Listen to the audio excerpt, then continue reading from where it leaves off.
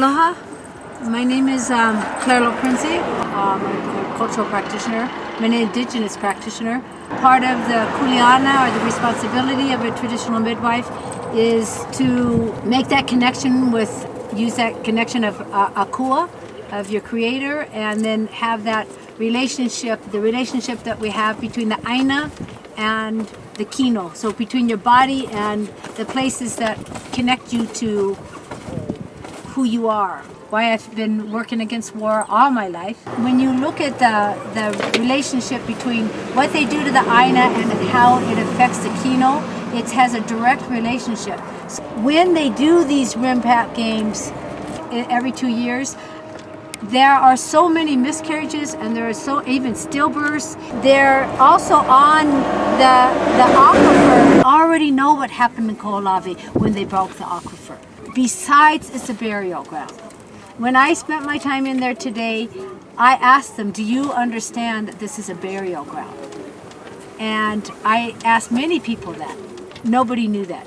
Some of the children saw my mask. I said to the children, and so I told them, there's things in the air here that aren't good for you. I stopped at the center that they have up on depleted uranium. They have a little booth there. When I asked them, do you think that Dr. Lauren Pang doesn't know what he's talking about? Do you know who he is? She said, yes, I've studied him. I said, but this is not what he says. You're saying that this is not dangerous up here. First she said, no, I don't think what he says is right. And then she tried to come back and take it back. But I said, listen, this is just about the truth. And I said, Dr. Lauren Pang, he's a highly educated doctor and scientist. So I said, but she says, yeah, but it's not what our superiors are saying. Which brings me to the third topic that I usually always tie in, is vaccines. Now, these vaccines are just becoming it's becoming like a Holocaust, what they're doing to people, saying that they just came out with Australia yesterday, that $10,000 fine for any medical person that speaks out about vaccines. In the World Health Organization now, no more Cochrane-based studies, no more studies anymore. But they're also attacking us. It's also a very violent way of attacking us, because these are our children. And when you look to see what's happening to the service guys, they're getting heavily vaccinated. You can look in Vaccines Revealed, but it was 37,000, I think, have died from this. When I'm in the Mediterranean and I do give a talk on birth and I bring in vaccines and military, I got heads nodding, because see, people know, they also know what's happening. You can't go to school unless you're vaccinated. If their vaccines work, then why do they care if we're not vaccinated? And anyway, they don't work, and they keep giving more and more dosages. A child at 1 getting 27 vaccines, 47 by 2 and 89 by 18. So when you look at the studies of who's most vulnerable, it's the young and the old, and the studies have been done. If we speak out about vaccines and say, where's the studies, and showing them that the death rate of babies and even mothers, because they're doing pregnant women now, and they're experimenting like they did in the Holocaust, as they did in Tuskegee. We are called the terrorists. If we speak out against the military on a sacred mauna, on a graveyard, and no one seems to even realize that this is a graveyard, or on the aquifers of all 3 of our maunas, where we already know what's going to happen because it's already happened. So we're the terrorists again. If we speak out and say that, no, we want, that birth can be at home and people can choose, again, we're the terrorists. We're like not protecting mothers and babies, when the highest mortality rates of mothers and babies are now in the U.S. hospitals. I started teaching internationally 30 years ago. We were 25th, and now that means 24 other industrialized nations had better results. We are now 47th and 49th. I wanted to spend a minute talking about the effects of MUO. So when you look at this mobile user objective system, when you look at this, these are the sound waves that are coming off, so that they have a telecommunication system throughout the world to have communication that now can drop bombs, the drones, send the message to drones, and do the sonar. Now the sonar has a deep effect. They recently had a study done on sonar, on ultrasound, and it was a study done in China. They have now said They're now saying what I've said, that sonar is at all not safe. Now we know what's happening to our Pohakuloa, our whales in the ocean that are going down. 50 million years they've been here, going all the way down into the ocean. And when they get down there, the sound waves, because they keep going deeper and deeper, stronger and stronger with these war tools, because they are submarines. That's where sonar came from.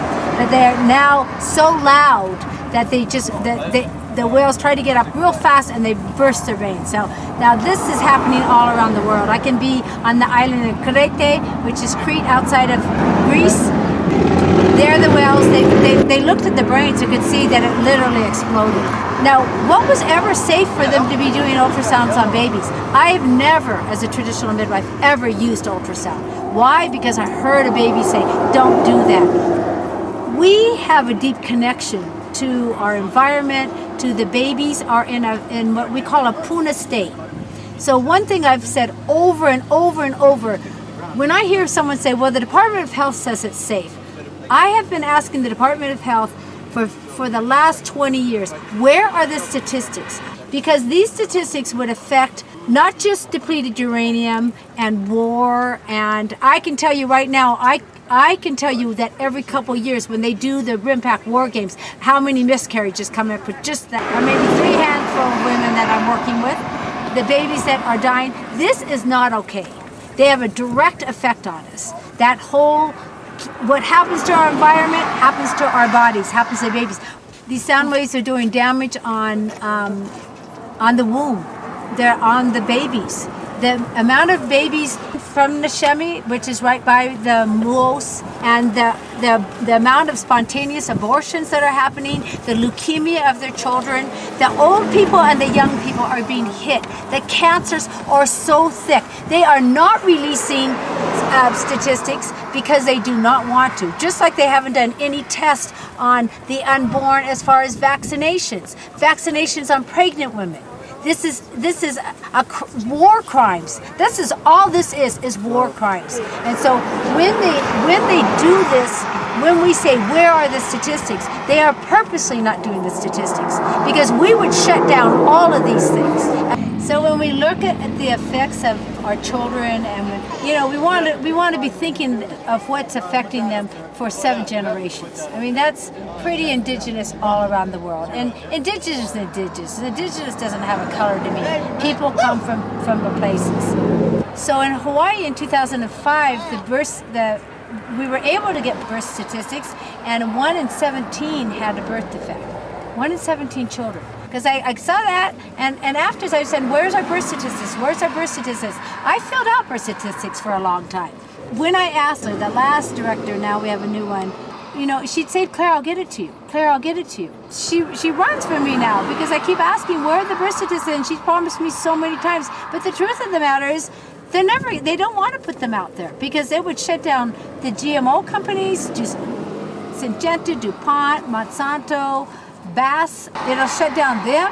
It would shut down the military operations, which are all over all of our islands. It would shut down a lot of big money. And so, and you see it, trickling down even to our legislation. Do the test. That's all we're asking over and over. Show us the proof. Do the test. You can't have the World Health Organization, which is Bill Gates, who's reaping $38 billion and will be $60 billion in 2 years, to say all vaccines are fine. You can't have a commander ahead of them, or admiral, whatever these big guys are, that in their rank system telling them, no, what Lauren Pang is saying is, Dr. Pang is saying is incorrect. You need to look at everything. You have to be able to have informed consent for everything. This would take away all of that for them. The fact that they bring in children into a military base where there's depleted uranium is a war crime. It's just, this is what we're going to say over and over. These are war crimes. And we will not stop saying this because this is our Kuleana. Whether you're behind the camera, whether you're standing out here, whether you go inside places. I'm blessed that I'm indigenous and that I get to go into indigenous people. And when I teach, I always make sure it's a kako thing. It's we teaching with each other. Because I sit and listen to them and they bring out their plants. We have a respect for the plants. We have a respect for the trees. We have respect for our mountains. And we are now going to say it's enough. So all I can say is stay with it, educate yourself, take care of our keiki. Aloha.